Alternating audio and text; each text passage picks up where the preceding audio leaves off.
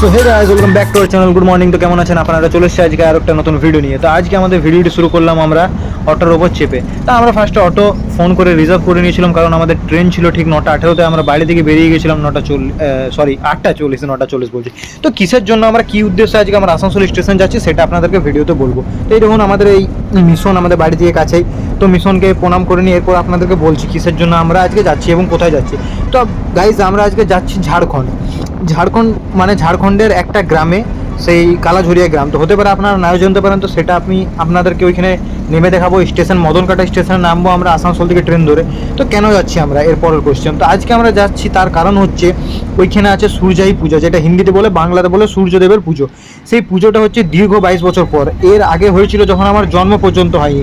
মানে আমাদের মধ্যে থেকে অনেকেই যারা ভিডিও দেখছেন তাদের হয়তো জন্ম হয়নি, তখন অনেকেরই হয়েছে।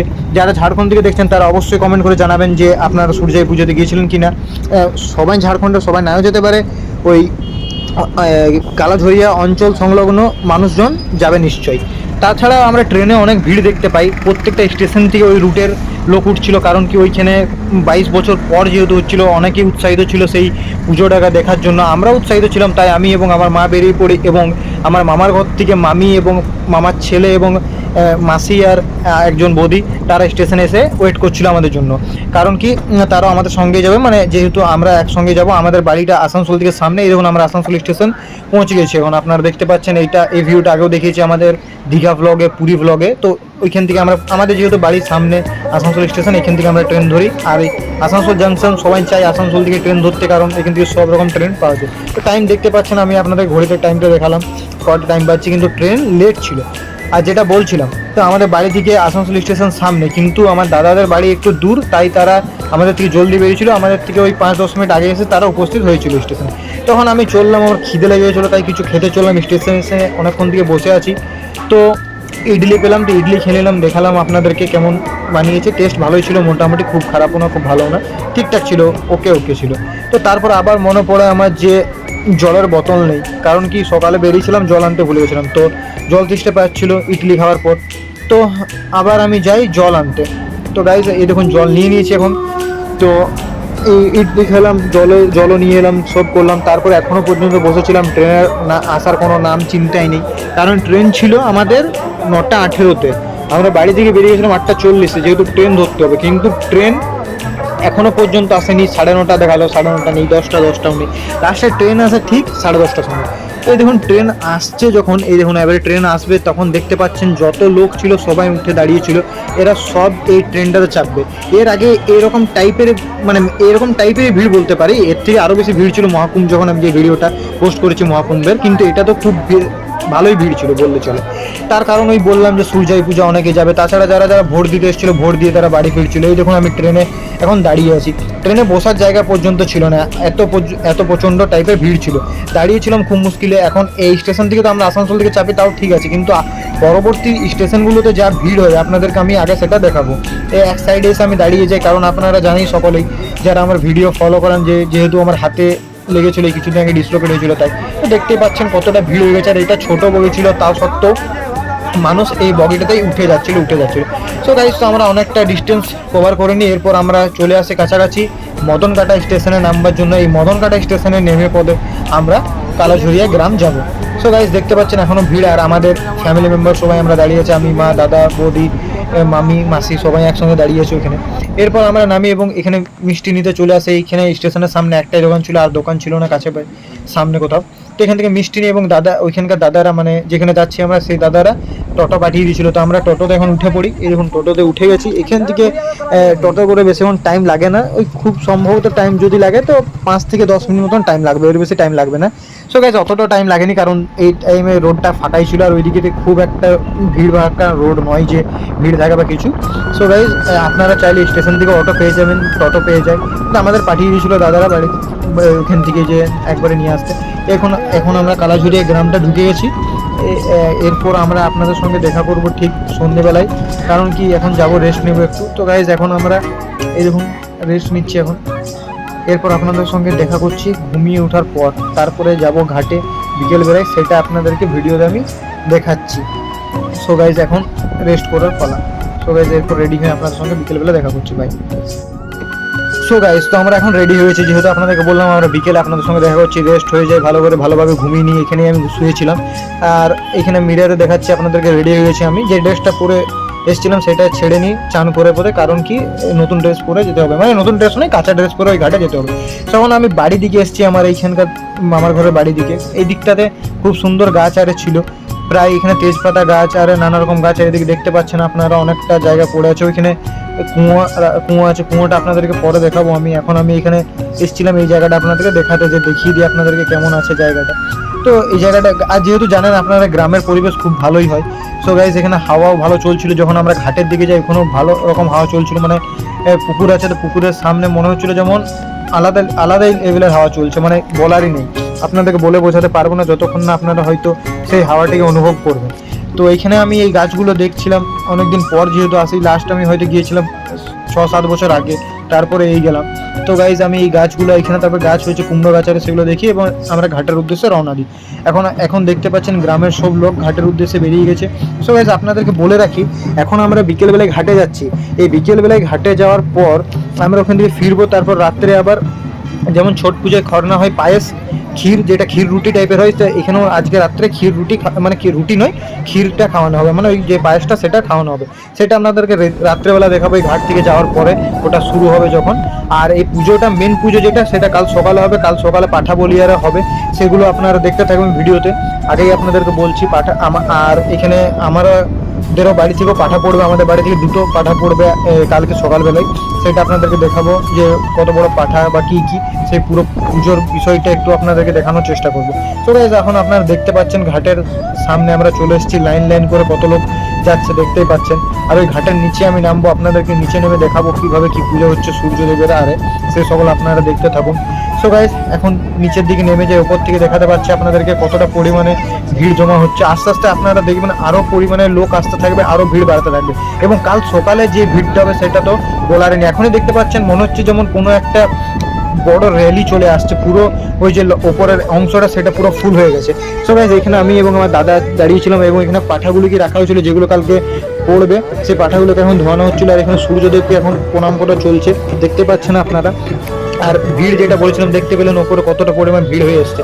সবাই এখন সূর্য দেবতাকে প্রণাম করলো, তো আমিও এখানে প্রণাম করে নিই, জয় সূর্যদেব। সো গাইস, এখানে প্রণাম করা কমপ্লিট, এবং এরপরে পাঠাগুলিকে স্নান করানো হবে। পাঠাগুলিকে স্নান মানে ওই পাঠাগুলি ধোয়ানো হয়, আপনারা জানেন বলির আগে ধোয়ানো হয়, কিন্তু আজকে এখানে এখনই ধুয়ে রাখছে, সেটা জানি না কারণটা ঠিক আমি। তো প্রণাম আরে করে নিয়ে এখানে পাঠাগুলিকে ধোয়ানো হচ্ছে, দেখতেই পাচ্ছেন আপনারা। তো পাঠাগুলিকে আরে ধোয়ানো হবে, আর যা পুজো করার পুজো হয়ে গেল। এরপর আমরা বেরিয়ে পড়বো আমরা আবার আমাদের বাড়ির উদ্দেশ্যে। এখন সবাই দেখুন বেরিয়ে পড়েছি আমরা, যে পুজোর সামগ্রী ওই কাঠগুলো আর নিয়ে, ওই কাঠড়াগুলোতেই কালকে বলিটা আরে হবে, মানে কাঠড়া নয় সরি, ওই যেটা বলি পাঠা বলি হওয়ার যেটা সামগ্রীটা থাকে, মানে যেটাতে খুঁটিটা যেটা থাকে, সেই খুঁটিটা। তো আমরা এখন এবারে বাড়ির দিকে আবার রওনা দিয়ে দিই, ওখানে পুজো দেখে নিই। সো গাইস, যদি আপনাদের ভিডিওটি ভালো লাগছে তাহলে নিশ্চয়ই লাইক করবেন, চ্যানেলটিকে সাবস্ক্রাইব করবেন, এবং ভিডিওটিতে কমেন্ট করবেন যে আপনারা কোথা থেকে কে কে দেখছেন। তো আপনাদেরকে কুয়োটা বললাম, কুয়ো দেখিয়ে দিচ্ছি। এখন আমি পা হাত ধুতে এসেছিলাম ওই দিক থেকে, ফেরার পরে পা হাত ধুয়ে পরে আমি আবার যাব ওই পায়েস মানে ক্ষীর যেখানে হচ্ছে ওইখানে দেখাতে আপনাদেরকে। তো দেখতে পাচ্ছেন এইখানে রাত্রে যেই মানে কাল সকালে যে পুজো হবে তার জন্য এখানে ডেকোরেশন আরে করা হচ্ছে, ফুল আরে লাগানো হচ্ছে, ওই জায়গাটাতে পুজো হবে।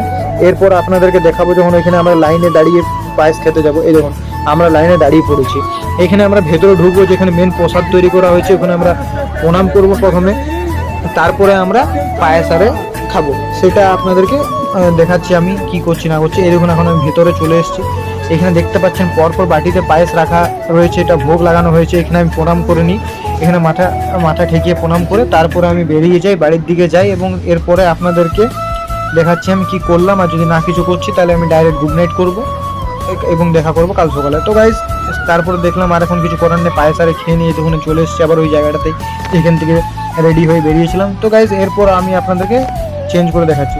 গাইজ, এখন আমি চেঞ্জ করে নিয়েছি, এরপর শুভ গুড নাইট গাইজ, বাই, পরে দেখা হচ্ছে কাল সকালে। তো গাইজ, চলে এসেছি আবার আজকে সকালে, গুড মর্নিং। তো একটা ভিডিওতেই দুবার গুড মর্নিং বলছে, একবার কালকে গুড মর্নিং বললাম, আজকে আবার গুড মর্নিং। সো গাইজ, দেখতে পাচ্ছেন এখন সকালে আবার ওই ঘাটকেই যাওয়া হয়েছিল যেখানে পুজো করা হয়েছিল, আজকেও এখনও সকালে ওই ঘাট থেকে পুজো করে ফিরছে সবাই, দেখতে পাবেন আপনারা ভিডিওটিতে। আস্তে আস্তে সবাই জড়ো হবে। এবং আরেকটা জিনিস আপনাদেরকে বলা হয়নি, সেটা যে গায়ের সব থেকে বড় মানুষ থাকে, মানে বয়স্ক মানুষ যে, তিনি এই পুজোটিতে বসেন। এখানে যে বৃদ্ধ মহিলা এবং বৃদ্ধ দাদু, মানে দাদু দিদা যে ছিলেন, তারাই পুজোটাতে বসেছিলেন। এই দেখুন দেখতে পাচ্ছেন, উনি ওই যে দাঁড়িয়ে আছে সামনে, তাকে সবাই প্রণাম করছে, উনি পুজোটাতে বসেছিলেন মানে। আর সবাই ওখান থেকে চলে আসে এবং ঢাক ঢোল নিয়ে ওই বাড়িটাতে আবার ঢুকি, ওই বাড়িটাতে পুজো হবে সকালে। তো গাইজ আপনাদেরকে এরপর আমি সোজা নিয়ে যাচ্ছি পুজোর স্থানে। কিভাবে পুজো হচ্ছে না হচ্ছে সেটা আপনারা অবশ্যই দেখবেন। এবং তার আগে আপনাদেরকে দেখাচ্ছি যে ওই যে এই ছোট ছোট ঘাট বানানো হচ্ছে, যেমন পুজোতে ঘাট বানানো হয় আপনারা সকলেই জানবেন, যারা যারা ছট পুজো যারা দেখেছেন তারা সেই রকম ওইখানে ঘাট বানানো হচ্ছে। ওইখানে ছোট ছোট ডালা রাখা হবে। ছট পুজোর বড় ডালা রাখা হয়, আর এটাতে ছোট ছোট ডালা রাখা হবে। অনেকটাই ছট পুজোর মতনই ছিল। ছট পুজোতেও যেমন আমরা সূর্যদেবকে অরগ দিই, এখানেও অরগ দেওয়া হয়েছে, সব কিছু প্রায় সেম ছিল। কিন্তু এখানে এই উঠানের মধ্যে করা হয়, আর সামনে কোনো পুকুর ছিল না, পুকুর থেকে আমরা মানে ওই ঘাট থেকে আমরা চলে এসেছি। সো গাইস, এই দেখুন দেখতে পাচ্ছেন কতটা পরিমাণ ভিড় আছে। আর এখানে পুজো চালু হয়ে গেছে, পুজো শুরু হয়ে গেছে। পুজো শুরু হওয়ার পরেই ভিড় শুরু হতে। আর আমি আপনাদেরকে বলেছিলাম যে সকালবেলা আপনারা দেখতে পাবেন কতটা ভিড়। আর ওই করে আমি সূর্য দেখতে দেখালাম আপনাদেরকে। আর আস্তে আস্তে ভিড় বেড়েই চলেছে, যত আরও টাইম বাড়তে থাকবে আরও ভিড় বাড়তে থাকবে। আর এরপর তো আজকে পাঠা বলি হবে, আপনাদেরকে আগেই বললাম। পাঠা বলির পরে এখানে খাওয়া দাওয়ারও ব্যবস্থা থাকে, যেহেতু এখানে পাঠা বলি হয়। পাঠা বলি যেগুলো হয় সেগুলো এখানেই খাওয়া হয়, কেউ নিজের বাড়ি নিয়ে যেতে পারে না। এই উঠানের মধ্যেই খাওয়া কমপ্লিট করা হবে। এরপর ওখানে একটা গর্ত করা হবে, সেই গর্তের মধ্যে সব কিছু ফেলানো হবে, যা কিছু বেঁচে থাকবে। আপনাদেরকে এবারে এই সাইডে আমি চলে এলাম, বাড়ির ওই সাইড দিয়ে ঘুরে। ওই সাইডে তো দাঁড়াতে পারছিলাম না, এত ভিড় ছিল, আর ভিডিও শ্যুট করতে পারছিলাম না। সেই গাইজ এদিক থেকে আমি শ্যুট করি ভিডিও কিছুটা। এরপর দেখুন আপনারা কত পরিমাণ ভিড় আছে, দেখতেই পাচ্ছেন। এখানে সবাই লাইন ভাবে বসে আছে এবং অনেকজন দাঁড়িয়ে আছে। আমি যেমন দাঁড়িয়ে দেখছিলাম, ওই দিক থেকে অনেকে দাঁড়িয়ে দেখছিল। তো গাইজ আমি একবার করে ঘর যাচ্ছিলাম, একবার করে আসছিলাম, কারণ এত পরিমাণ ভিড় যে কিছু বলার নেই। সো গাইজ এখনও দেখতে পাচ্ছেন ভিড় সেরকমই ভাবে আছে, ভিড় কমার কোনো নাম নেই, বরং আরও বেড়ে চলেছে। আমি আপনাদেরকে আগে বলেছিলাম যত টাইম যেতে থাকবে তত ভিড় বাড়তে থাকবে। সো গাইজ দেখুন এখন ভিড় দেখতেই পাচ্ছেন কতটা ভিড়। এই সাইডে আমি এলাম, এখানে আমি এবং আমার মা দাঁড়িয়েছিলাম, এখান থেকে প্রণাম করলাম।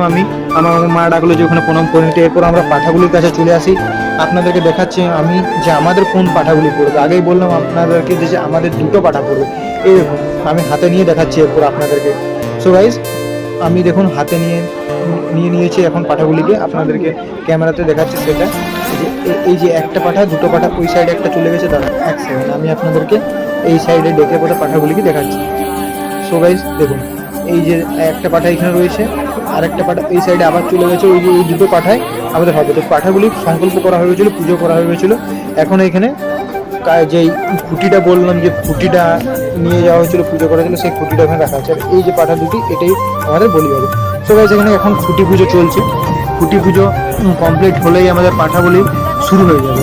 সো গাইজ এখানে ওই যে দাদুটা বললাম যে গ্রামের সব থেকে বয়স্ক মানুষ, সেই পুজোতে বসে দেখতে পাচ্ছেন কতটা পরিমাণে তার বয়স। কিন্তু সে পুজোতে বসেছিল, যেহেতু এটা নিয়ম হয়ে এসেছে। আর বললাম আপনাদেরকে এর আগে দীর্ঘ 22 বছর আগে হয়েছিল। সো গাইজ 22 বছর অনেকটাই সময়। আর ওইখানে যে ওই ডালাগুলো বললাম যেমন রাখা হয়, সেরকম রাখা হয়েছিল, ওই ঘাট বানিয়ে ছোট ছোট, ওগুলো আপনারা দেখতেই পাচ্ছেন। ওখানে সমস্ত ডালাগুলি রাখা আছে। এরপর যাদের পুজো যারা ওই ডালাগুলো দিয়েছিল তাদেরকে ফিরিয়ে দেওয়া হবে। এরপর পাঠাবলি শুরু হয়ে গেছে। আপনারা এই যখন দেখতে পাচ্ছেন, এখন পাঠাবলিটা আপনারা দেখুন, মানে আমি আপনাদেরকে দেখাতে পাচ্ছি।